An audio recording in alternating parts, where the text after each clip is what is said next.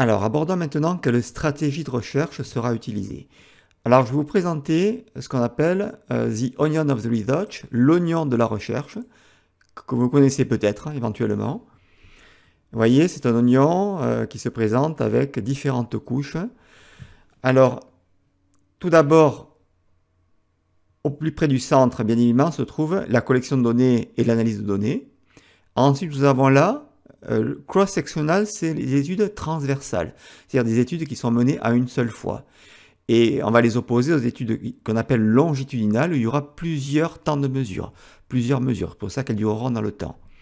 Alors là, en jaune, surligné, vous avez ce qu'on appelle les stratégies. Alors c'est à la fois des méthodes et des méthodologies. Vous voyez par exemple l'expérimentation. Experiment. Surveille, c'est l'enquête, les enquêtes au sens large du terme. Ensuite, nous avons l'étude de cas, case study. Archival research, c'est les recherches dans les archives. L'ethnographie, vous voyez, ethnographie, c'est plutôt philosophique derrière, hein. C'est une philosophie, c'est pas forcément une méthode, même si on peut la relier quand même à une méthode. Après, on a l'action, les recherches-actions, recherche-intervention.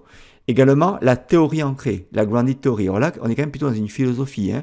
La théorie ancrée, c'est une étude plutôt inductive, où on part des faits, du terrain, hein, des faits du terrain à la base, et on va remonter pour créer une théorie.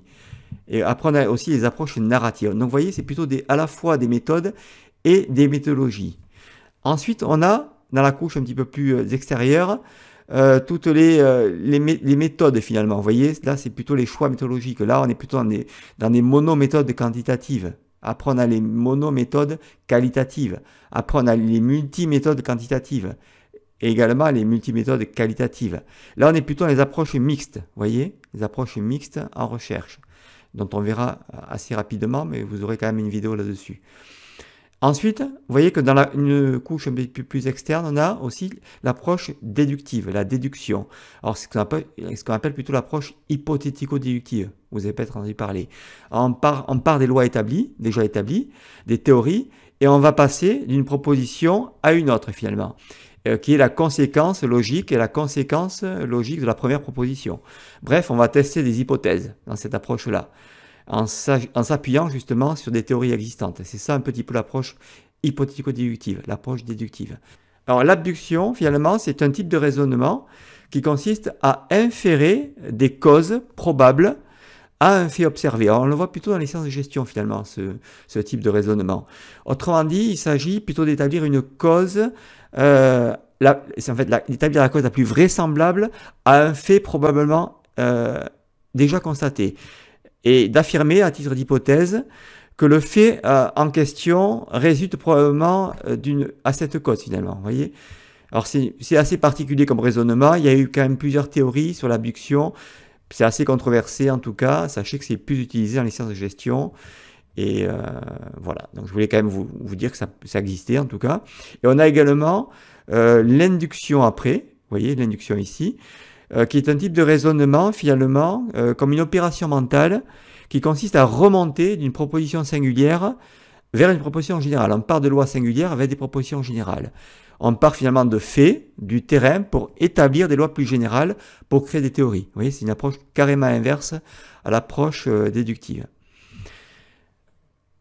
Voilà. Et ensuite, on a dans la couche la plus externe, vous voyez, toutes les philosophies sous-jacentes. On a le positivisme.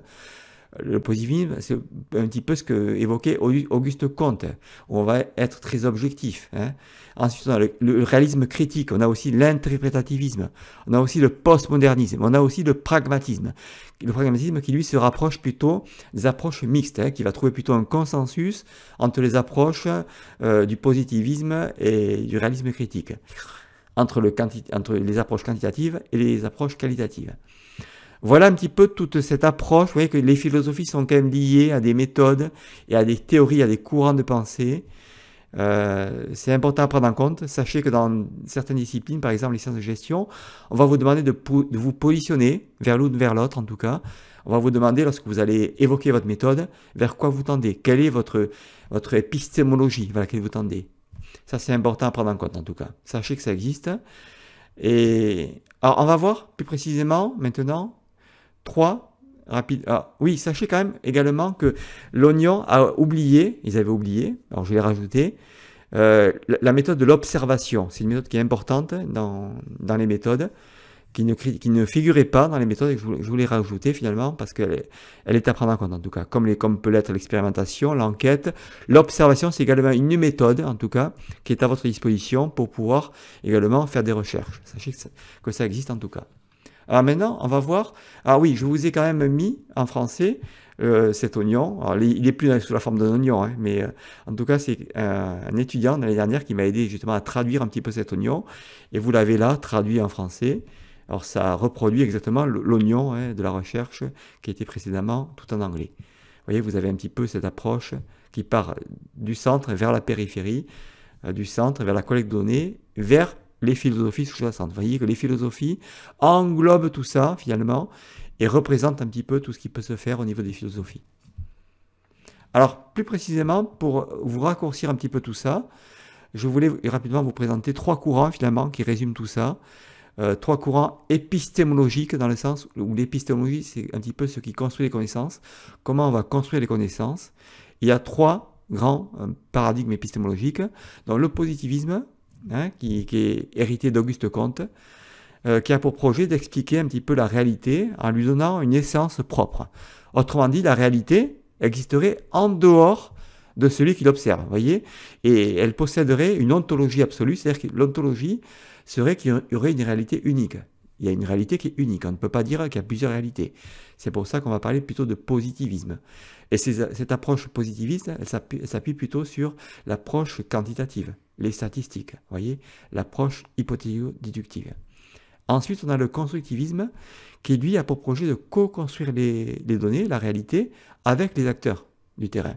Et cette réalité, finalement, elle est ainsi subjective et dépendante, par contre, du système dans lequel on observe les données. Elle ne peut exister en dehors de lui.